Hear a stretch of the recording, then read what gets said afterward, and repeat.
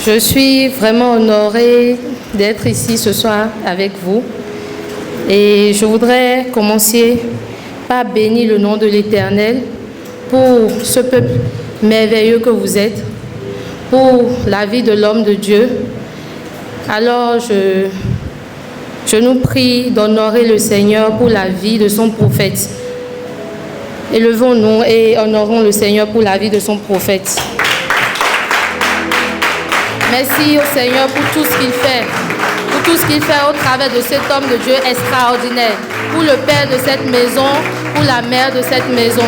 Que le nom de l'Éternel soit honoré au nom de Jésus. Et il y aura Sigecam encore et encore. Je remercie le Seigneur pour cette opportunité qui m'a été donnée de me présenter devant vous ce soir et je ne le prends pas pour acquis. Et comme Moïse pouvait dire, je ne sais pas parler, mais Dieu lui a répondu, qui a fait la bouche, je serai avec ta bouche. Et je crois en cette parole et je crois en la présence du Saint-Esprit ce soir pour équiper quelqu'un, pour équiper une femme, pour équiper un homme. Au nom de Jésus. Amen.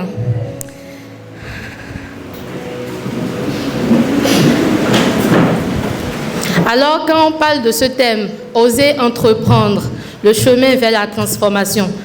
Déjà, quand on parle d'entrepreneuriat, moi je pense à Dieu d'abord.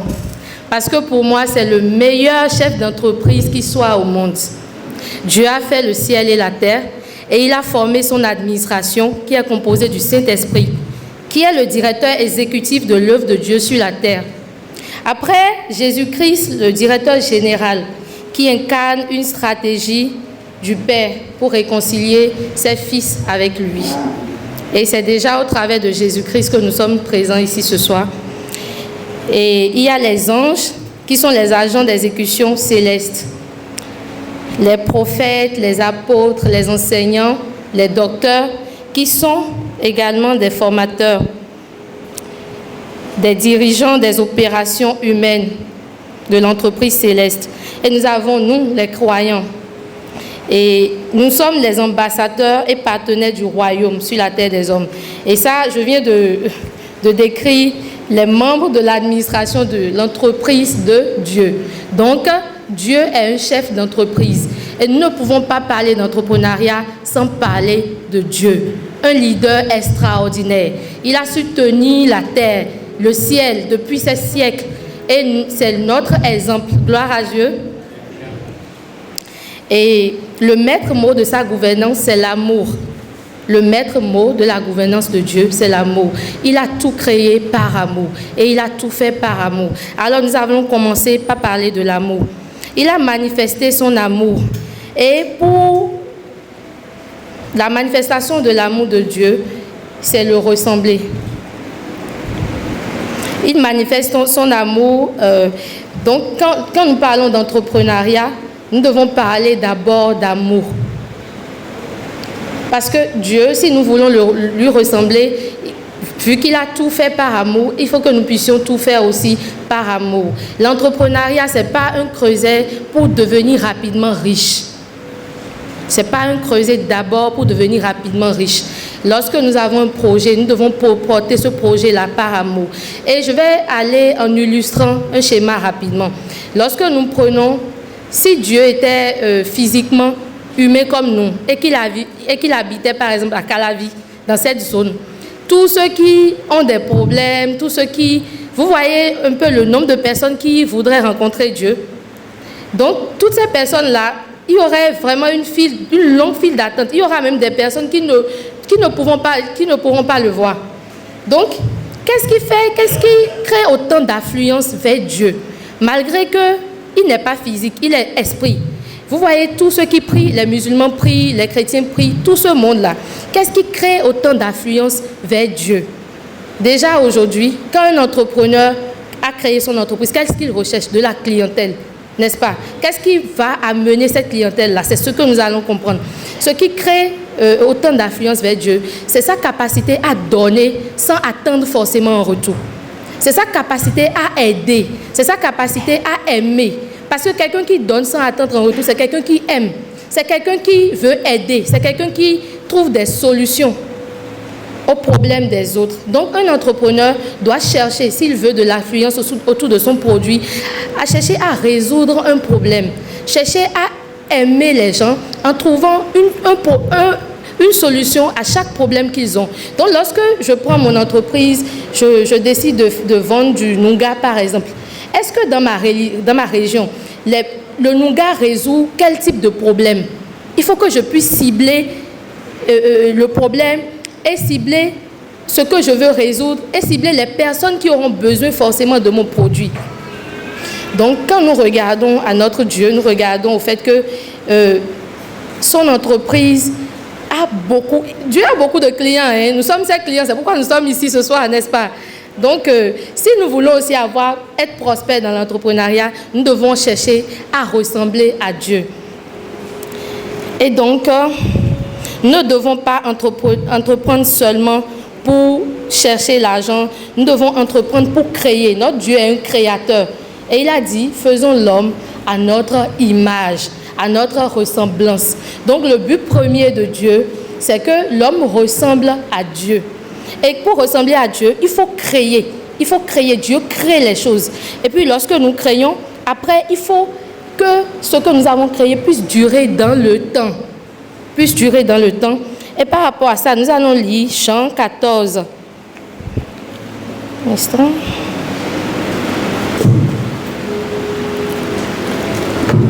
Jean 14, verset 25. Jésus lui dit, « Je suis la résurrection et la vie. Celui qui croit en moi vivra, quand même il sera mort. » Celui qui croit en moi vivra. Comment quelqu'un peut dire, celui qui croit en moi vivra, quand même il sera mort? Ça veut dire que ses œuvres parleront pour lui. Il aura laissé des œuvres qui parleront pour lui même après sa mort. Et notre Maître Jésus nous le montre très clairement. Il n'est plus ici physiquement, mais ses œuvres parlent pour lui. Aujourd'hui, nous adorons encore Jésus. Donc, un entrepreneur doit penser à des produits, à des stratégies qui laissent des traces sur des générations. Si nous devons ressembler à notre Dieu, nous devons laisser des traces sur des générations. C'est pourquoi Jésus pouvait dire, « Celui qui croit en moi vivra même quand il sera mort. » Alléluia. Et donc, je vais parler maintenant au point 2 de oser entreprendre. Et je vais dire, oser entreprendre, c'est oser croire. Croire que quelque chose de bon peut sortir de nous. Souvent, Dieu va vers nous, il vient vers nous, mais nous n'acceptons pas. Nous trouvons que nous sommes trop jeunes, trop petits, pas trop capables. Oser entreprendre, c'est oser croire. Et par rapport à ça, je vais lire le livre de Juges. Juges, chapitre 6. Et nous allons parler d'un jeune homme du nom de Gédéon. Et Juges chapitre 6 à partir du verset 12.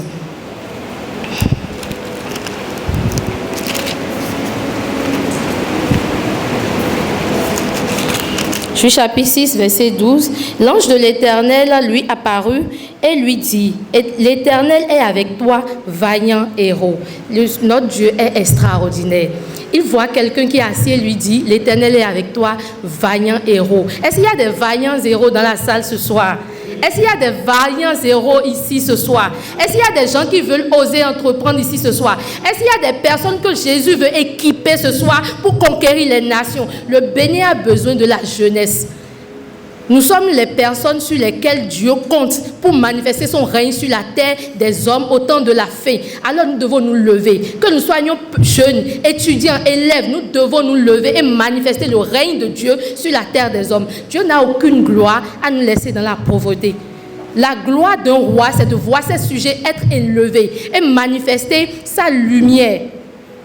Donc si nous avons un père qui a de l'or, qui est riche, mais que ses enfants légitimes ne sont pas riches, je ne pense pas que ce soit une gloire pour lui. Et ce n'est pas ce que notre Dieu veut. Alors au verset 13, Gédéon dit, « Ah mon Seigneur, si l'Éternel est avec nous, pourquoi toutes ces choses nous sont-elles arrivées? Et où sont tous ces prodiges que nos pères nous racontent quand ils disent, l'Éternel ne nous a-t-il pas fait monter hors d'Égypte? Maintenant l'Éternel nous abandonne et il nous livre entre les mains de mendiants. » L'Éternel se retourna vers lui. Est-ce que vous avez constaté que nous avons commencé par l'ange de l'Éternel. Et au verset 14, nous disons, l'Éternel se tourna vers lui et lui dit, va avec la force que tu as et délivre Israël de la main de Madian. N'est-ce pas moi qui t'envoie? Il y a certains parmi nous qui entendent la voix de Dieu, mais qui ont peur. Il dit, n'est-ce pas moi qui t'envoie? Donc, nous voyons un jeune homme qui n'avait pas confiance en lui, qui n'avait pas du tout confiance en lui, mais vers qui quand même la grâce de Dieu est allée. Dieu même s'est déplacé. Vous voyez comment Dieu aime. Et la raison pour laquelle Dieu insiste, c'est qu'il a fait des promesses à Abraham. Et c'est comme ça que parmi nous ici, nous avons des promesses de Dieu. Mais Dieu a besoin que nous soyons en mouvement. Sinon, il ne pourra pas faire. Si nous sommes couchés chez nous, si nous avons reçu des idées de business, mais que nous n'osons pas entreprendre, Dieu ne pourra pas se révéler. Mais vu que Dieu a engagé sa parole, il court derrière sa parole pour l'honorer. Donc il est allé voir Gédéon. Gédéon qui était le plus petit de la tribu. Et il lui dit, vaillant héros, va et va délivrer Madian. Verset 15, Gédéon lui dit, mon Seigneur, avec quoi délivrerai-je Israël? Voici ma famille est la plus pauvre en Manassé et je suis le plus petit de la maison de mon père. Nous sommes nombreux à dire ça à Dieu. Dieu te dit, jeune fille, lève-toi, lève-toi, commence à vendre du atassi, commence à vendre des sushis, commence à vendre, créer une start-up, mais on ne veut pas, on se dit, mais comment je vais faire? Ou soit, souvent nous sommes couchés, nous entendons start-up, start-up, on se réveille, on se dit, mais c'est quoi start-up? Et on commence à chercher sur Internet, on découvre que c'est une application, c'est si, on se dit, mais comment moi je vais faire une start-up? Et quand on se pose la question 2 ou 3 fois, on n'a pas de réponse, on abandonne le projet. Non, nous ne devons pas abandonner nos projets. Alors, quand nous lisons la suite, au niveau du verset 18, au niveau du verset 16, l'Éternel lui dit, mais je serai avec toi et tu battras Madian comme un seul homme. Je serai avec toi et tu battras Madian comme un seul homme. Là, Gédéon a eu l'assurance que l'Éternel sera avec lui. Alors, nous devons chercher, même lorsque nous avons des idées de business, nous devons chercher à avoir l'assurance que l'Éternel est avec nous. Mais lorsque nous avons cette assurance, nous devons foncer. Quand nous lisons la suite, Gédéon a demandé plusieurs preuves que c'est l'Éternel effectivement qui lui parlait. L'Éternel ne s'est pas fâché, comme au temps de Zacharie, mais l'Éternel a été patient. Il lui a démontré par A plus B, par plusieurs preuves, que c'est lui qui lui parlait et qu'il sera avec lui. Mais lorsque nous avons cette assurance, nous ne devons pas laisser des vices comme la paresse, comme les limitations. Se dit, je ne connais pas telle personne pour faire ça, ou bien que lorsque nous fouillons un peu trop, ça devient compliqué, nous ne devons pas laisser. Parce que lorsque la parole de...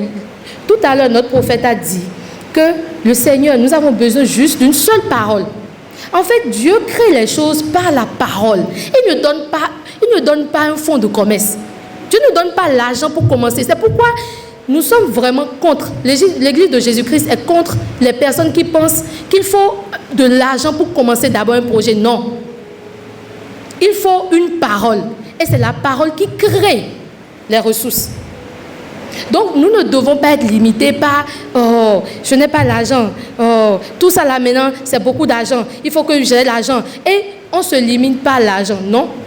Nous devons chercher la parole de Dieu. Et sur cette parole, je me lève. Sur cette parole-là, je bâtis une foi et je fonce. Et je vais continuer en parlant de Proverbe 31, verset 16, qui parle d'une femme. Déjà, lorsque nous sommes une femme en entreprise, nous devons être une femme de l'esprit. Nous devons être une femme du lieu secret. Et puis, Dieu pouvait dire, dans Proverbe 31, verset 16, elle pense à un champ et elle l'acquiert. Nous avons eu l'idée de l'entreprise, nous avons entendu la voix de l'Éternel et maintenant, nous levons et nous acquérons ce de quoi nous avons parlé avec l'Éternel. Le fait de penser, c'est le fait déjà d'analyser, de planifier, de faire un business plan, d'étudier le projet. Maintenant, le fait d'acquérir, c'est agir. Se lever, commencer à poser des pas. Si c'est que je veux commencer à ouvrir un restaurant, comment Commençons déjà à faire des créas. Je n'ai pas d'argent. Il y a de petits outils aujourd'hui comme Canva, beaucoup de petits outils. Commençons à faire des créas. Commençons à parler de ça autour de nous. N'attendons pas forcément d'avoir un restaurant physique. Je peux préparer chez moi. Ça, c'est moi, mon histoire. Je peux préparer chez moi et livrer. Et ça, c'est un restaurant en ligne. Je n'ai pas forcément besoin d'abord d'un capital pour m'installer automatiquement avant de commencer. Donc, la femme de Proverbe 31, elle pense à un champ et elle l'acquiert. Et il faut maintenant avoir un but. Parce que le tout ne suffit pas d'avoir un bon projet. On a eu un bon projet. Le Seigneur a parlé. Vaillant et heureux, je suis avec toi. Je me suis levée. J'ai commencé à faire des créas. J'ai commencé à faire une carte de visite. Je suis allée voir tel parent. Je lui ai dit, je vends telle chose. J'ai fait des prospections. Mais après ça, il faut avoir un but. Le projet auquel j'ai pensé. Le projet auquel nous avons pensé. Quel est le but de ce projet dans 5 ans? Qu'est-ce que ce projet-là veut m'apporter dans 5 ans? Qu'est-ce que je vise? Quelle est ma vision? Est-ce que j'ai envie d'entreprendre pour 1 an? Est-ce que moi, là, je cherche seulement un chiffre d'affaires sur 1 an? Peut-être que j'ai juste besoin de 5 millions dans ma vie. Et je fais mon truc seulement sur 2 ans. J'ai mes 5 millions, je laisse tomber. Est-ce que c'est ça? Mais nous avons dit au début, nous voulons ressembler à notre Père. Et notre Père, il crée et ça dure dans le temps. Si nous voulons vraiment ressembler. Et donc, il faut avoir un but. Sur 5 ans, voici où je serai. Voici ce que ce projet-là va me rapporter. Je fais mes projections. Donc, c'est ce but-là qui va nous donner de nous lever quand il fait froid le matin. Quand tout le monde dit « je suis fatigué », ce qui va nous donner de nous lever tôt et de nous coucher tard, c'est ce but qu'on s'est fixé, c'est cette vision. C'est pourquoi Habakkuk pouvait dire, écris la vision et lis-la couramment. Lis-la fréquemment afin de l'avoir dans tes pensées et de te rappeler que tu as un but. Donc le but nous donne d'atteindre l'objectif fixé. Et alors je vais parler de la transformation par le biais de l'entrepreneuriat. En réalité, l'entrepreneuriat avec Dieu, si un entrepreneur décide de foncer avec Dieu, c'est une école. C'est vraiment une école.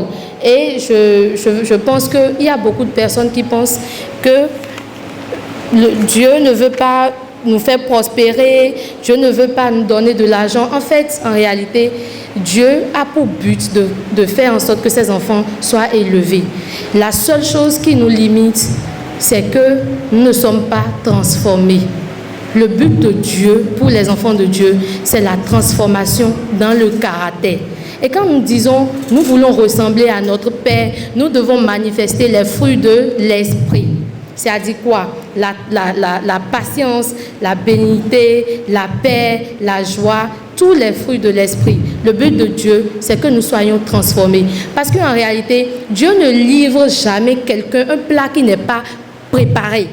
Si Dieu va faire en sorte que nous soyons des entrepreneurs de qualité, des personnes sur qui des nations, des générations après doivent compter, il doit avoir fait un travail de base sur nous. Maintenant, notre capacité à accepter cette transformation montre notre capacité à être élevé en tant qu'entrepreneur. Si nous acceptons de mourir à nous, de laisser Dieu transformer notre caractère. Par exemple, si je suis une femme, je suis très colérique. Si je crée mon entreprise et que tous les jours, je crie sur les employés. Tous les jours, je crie sur les employés. Il y aura quelque chose qui va se passer. Au fil du temps, les employés vont me lâcher. Et vous voyez, dans l'entreprise de Dieu, nous sommes tous, tous les jours, nous faisons toujours quelque chose qui n'est pas bien. Personne ne peut dire qu'aujourd'hui, il n'a pas offensé Dieu, peut-être en mentant ou en faisant quelque chose à son voisin. Personne ne peut dire ça. Donc, Dieu, il fait quoi? Il ne nous licencie pas de son entreprise. S'il nous licencie là, comment on va faire? Mais nous, lorsque nous créons notre entreprise, quand nous venons, et puis le personnel n'a pas nettoyé, en même temps, on observe seulement sur 2 jours seulement, on le vit. Et quand nous nous comportons comme ça, nous ne pouvons pas garder l'entreprise pendant longtemps. Vous voyez la patience de Dieu. Et quand nous contemplons la patience de Dieu, nous devons chercher à lui ressembler. En fait, la capacité à garder quelque chose pendant longtemps, c'est la capacité à ressembler, c'est le fait de ressembler à notre Créateur au travers de sa nature, la nature de Dieu. Le chrétien, en fait, tout ce que Dieu cherche dans la vie des chrétiens, c'est la transformation. Nous devons ressembler à Christ. Nous devons ressembler à Christ. Et lorsque vous ressemblez à Christ, Dieu se dit, yes, j'ai préparé mon produit. Je peux maintenant l'exposer au monde. Je peux compter sur elle pour qu'elle puisse manifester mon règne sur la terre des hommes. Et c'est comme ça qu'on commence à entendre le nom de grands entrepreneurs et c'est comme ça qu'on va entendre parler de nous au nom de Jésus. Amen. Amen. Et quand je parle de caractère, je parle de 2 Corinthiens 3, verset 18, qui dit « Contemplons comme dans un miroir la gloire du Seigneur, nous sommes transformés en la même image de gloire en gloire par le Seigneur l'Esprit. » Nous sommes transformés en la même image de gloire en gloire par le Seigneur l'Esprit. Alors, si nous voulons garder une entreprise qui dure dans le temps, nous devons chercher à ressembler à Jésus. Et par rapport à ça, je vais donner mon témoignage. Et en 2017, j'ai osé. J'étais très jeune, mais j'ai osé. J'ai vraiment osé. À mon jeune âge, j'ai osé ouvrir un grand restaurant. Ce n'était pas un petit restaurant. À l'ouverture, c'était géant. Il y avait beaucoup de personnes. Et c'était extraordinaire. À partir de ce moment, tous les week-ends, toutes les semaines, je livrais les ministères. J'ai fait des stages dans plusieurs ministères, donc j'avais beaucoup de connaissances. Et je livrais les repas, mes repas passaient partout et ça prospérait beaucoup. Mais je n'étais pas transformée. Vous voyez, ce que ça peut coûter la transformation, c'est énorme. Je ne ressemblais pas à Jésus. Je ne ressemblais pas parfaitement à Jésus à cette époque-là. Donc, quand les clients se plaignent, parce que je travaillais, je gérais le restaurant. J'avais un staff, le cuisinier, tout le staff était présent et ils travaillaient pendant que moi aussi je travaillais. Donc, je faisais des tours, mais je gérais. Et quand je suis là et que je reçois des appels, « Ah, le repas d'aujourd'hui, c'était froid, on m'a livré ça comme ça, la sauce a débordé. » Moi, en colère, j'allais et puis je parlais mal aux gens. Vous voyez ce que la transformation, ça peut créer. Et donc, avec le temps, j'ai perdu ce restaurant-là. Parce que les personnes ne supportaient pas d'être dirigées par une personne qui ne pouvait pas canaliser son stress, gérer son stress. Alors que lorsque vous travaillez étroitement, lorsque vous vous laissez transformer par Dieu, même lorsque les situations viennent, vous êtes tranquille. Parce qu'il a dit, aucune personne par son inquiétude ne pourra changer rien, ne pourra rien changer. Et il a dit, c'est dans le calme que sera votre salut. Et c'est dans la paix que sera votre. Donc tout ce que Dieu fait, il le fait dans le calme et il le fait dans la paix. Maintenant, la capacité de Dieu à vous changer, à transformer toutes choses autour de vous, c'est vous, de votre côté, d'accepter cette transformation-là et de pouvoir évoluer. Et donc, j'ai appris de mes erreurs et après, quand j'ai laissé le Seigneur me transformer, me montrer que non, ça ne se passe pas comme ça parce que comme j'ai dit au début, il est le meilleur chef d'entreprise. Et lorsque nous voulons commencer, nous ne devons rien faire sans lui. Nous devons dire, Seigneur, mon équipe n'est pas performante, qu'est-ce que je fais? Nous ne prenons pas de décision de licenciement parce que nous sommes la boss, non. Nous sommes les boss, non. Ne prenons pas de décision hâtive, ne prenons pas de décision dans la colère. Et lorsque le Saint-Esprit vient, il commence à travailler le caractère, à travailler le cœur. Et je rends grâce à Dieu aujourd'hui. J'ai une nouvelle entreprise que je dirige, non seulement un projet sur lequel je suis moi-même la gérante, mais j'ai aussi une entreprise qui a un chiffre d'affaires élevé, que je dirige pour quelqu'un. Et là, je suis la responsable de plusieurs hommes. J'encadre des hommes de plus de 60 ans, malgré mon jeune âge. Donc, si le Seigneur n'a pas fait un travail profond avec moi, je ne pouvais pas avoir la capacité de garder. Ces personnes-là n'accepteraient pas mon leadership. Ils n'accepteraient pas mon leadership parce que moi, je ne lead pas de moi-même. Je lead avec Jésus-Christ. Et lorsque nous nous laissons transformer, c'est la différence. Nous ne marchons pas seuls, mais nous marchons avec l'Esprit de Dieu. Et voilà mon témoignage. Et je pense que les jeunes femmes peuvent entreprendre. Je pense que les jeunes hommes doivent arrêter de dire ça, c'est pas un projet porteur de fruits. Ah, moi, j'ai été seulement inspirée de vendre des chaussures. Est-ce que ce projet-là est bon? Non. Vous savez, c'est Dieu qui élève. C'est Dieu qui élève. Ce n'est pas les stratégies commerciales. Il faut faire des stratégies commerciales. Il faut apprendre comment vendre. Mais c'est l'Éternel qui élève. La Bible dit que c'est lui qui appelle de l'Orient un oiseau de proie pour accomplir son dessein. Donc, nous ne devons pas avoir peur d'entreprendre. Nous devons nous lever. Nous devons prendre à bras le corps. Même si c'est des oranges que nous faisons. Si le Seigneur nous dit, ah mais tes oranges, tu peux le faire autrement. Tu peux commencer à embouteiller ça. Lui donner un nom. Ça va prendre. Si c'est le Seigneur qui te l'a dit, tu as eu la confirmation comme Gédéon, ça va prendre. Ça va prendre. Et donc, je voudrais encourager quelqu'un ce soir à entreprendre et à laisser le Seigneur déjà faire un travail de qualité, de fond en nous, afin que nous soyons des personnes, des entrepreneurs de qualité, des personnes qui avons des entreprises qui durent dans le temps. Vous êtes d'accord avec moi que l'entreprise de Dieu ne mourra jamais. Il n'y aura pas faillite. Il n'y aura rien. Seulement que les Écritures vont s'accomplir au moment arrivé. Donc, tel le dessein de Dieu, nos entreprises ne doivent pas voir le jour et mourir. Non. Nous devons nous lever dans la prière. Donc après cette conférence ce soir, quelqu'un doit se dire, Seigneur, même si je n'ai pas d'idée, inspire-moi quelque chose. Inspire-moi une idée, donne-moi une idée. Et je me lève. Malgré, même si c'est difficile, je n'abandonne pas. Quand j'ai entendu la voix de Dieu, je n'abandonne pas. Parce que lorsque Dieu promet, lorsque Dieu donne une promesse, le malin aussi est de côté. Il est là. Il veut mettre des bâtons dans les roues. Mais la foi, c'est la capacité à avoir confiance en la parole de Dieu. La parole de Dieu est efficace et vraie. Nos leaders l'ont expérimenté et ils ont dit que c'est vrai. Nous l'avons lu dans la Bible, nous avons vu les prodiges. Nos patriarches ont témoigné. Alors, lorsque nous entendons « Lève-toi et va », nous nous levons et nous allons. Nous n'avons pas de limitation comme l'âge.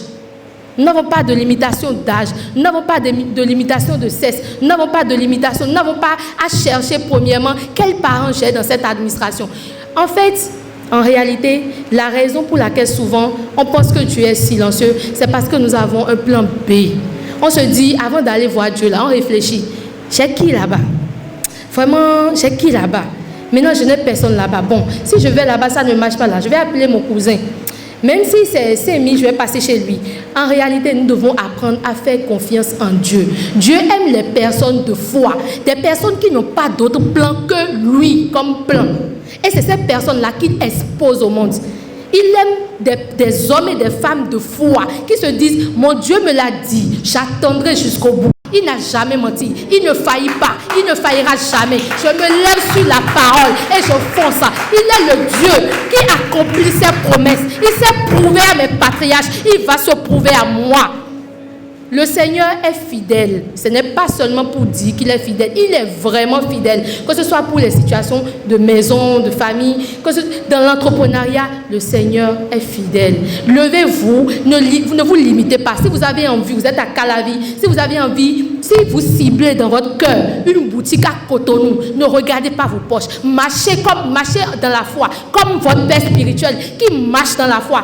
Allez et prenez. Il dit, la femme de Proverbe 31, elle pense à un terrain, elle pense à un champ et elle l'acquiert.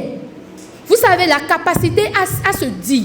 En fait, c'est notre esprit, notre subconscient qui nous crée des limites.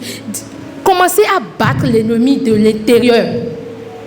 Dites-vous, je suis enfant de Dieu, je suis riche, il n'y a pas de problème. Je n'ai pas de problème. Certes, rien ne le montre physiquement, mais je suis la fille du roi, je suis le fils du roi. Je me lève et je vais là-bas. Arrêtez d'avoir des problèmes à discuter avec des gens. Nous disons que non, si je vais là-bas, c'est le propriétaire, il est riche, je ne peux pas lui parler. C'est un être humain, c'est Dieu qui l'a créé, c'est Dieu qui vous a créé. Il n'y a personne avec qui vous ne puissiez parler. Si vous voyez le président et qu'il descend, vous pouvez lui parler.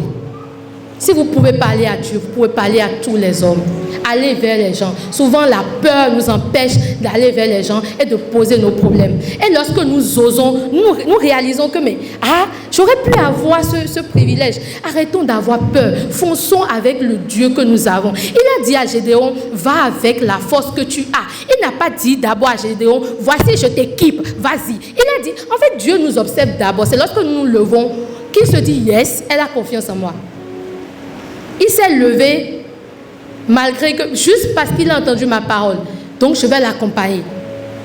Dieu n'est pas un Dieu qui laisse les gens s'humilier, dire que non, voilà, que lorsque nous avons la foi, il nous accompagne. Et la foi, ce n'est pas quelque chose que nous aurons en nous concentrant, en nous disant non, je cherche la foi, je cherche la foi. La foi, c'est l'assurance, une ferme conviction de quelque chose. La Bible dit que tout ce qui n'est pas fruit d'une conviction est un péché.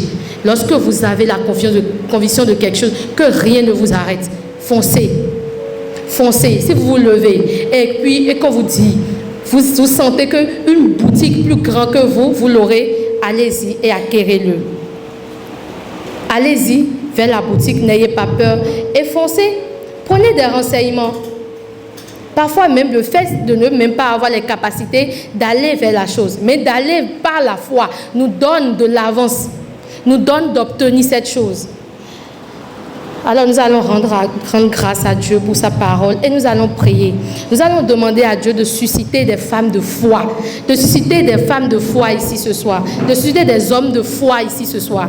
La soupali kabaya setele boshapaya zibrabali sotele. Seigneur, nous te remercions pour ta parole. Nous déclarons, papa, que nous ne sortons pas d'ici, papa, sans avoir la dose de foi qui nous permet d'acquérir, papa, tout ce que tu as promis pour nous, tout ce que tu as prévu pour nous. Lisa pali kabashepaya zebele kebosheteli zibrabali sopali kabaya bali setele bosheteli. Nous allons demander à Dieu de nous donner la capacité d'oser, de vaincre l'esprit de peur, que l'esprit de peur soit terrassé au nom de Jésus, que toute peur qui nous empêche d'aller vers notre but, d'aller vers ce que Dieu nous a promis, soit terrassé, que cet ennemi disparaisse de notre vie, que la peur soit terrassé au nom de Jésus. Librabaya soupeli kashedabaya zebrabali, que tout esprit de peur disparaisse au nom de Jésus. La sipali kabaya rebo sopeli ribali sandabali chapaya zibrabali sopeli kashedabaya, au nom de Jésus, que tout esprit de peur disparaisse.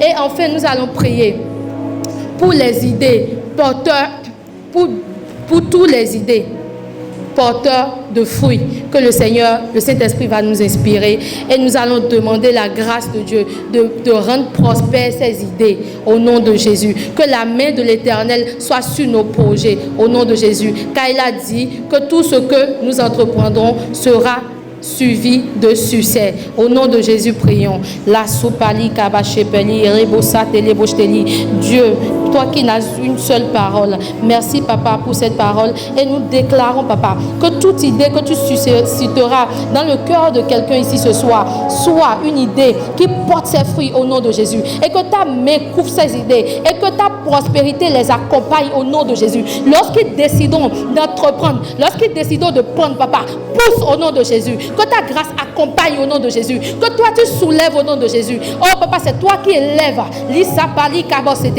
Élève les personnes qui vont oser entreprendre. Élève-les puissamment pour la seule gloire de ton nom. La sipali kabaya, rebele kebo supali, rebali seteli, libra baya sumbali kacheteli bosteli. Au nom de Jésus-Christ, nous avons prié. Amen. Merci.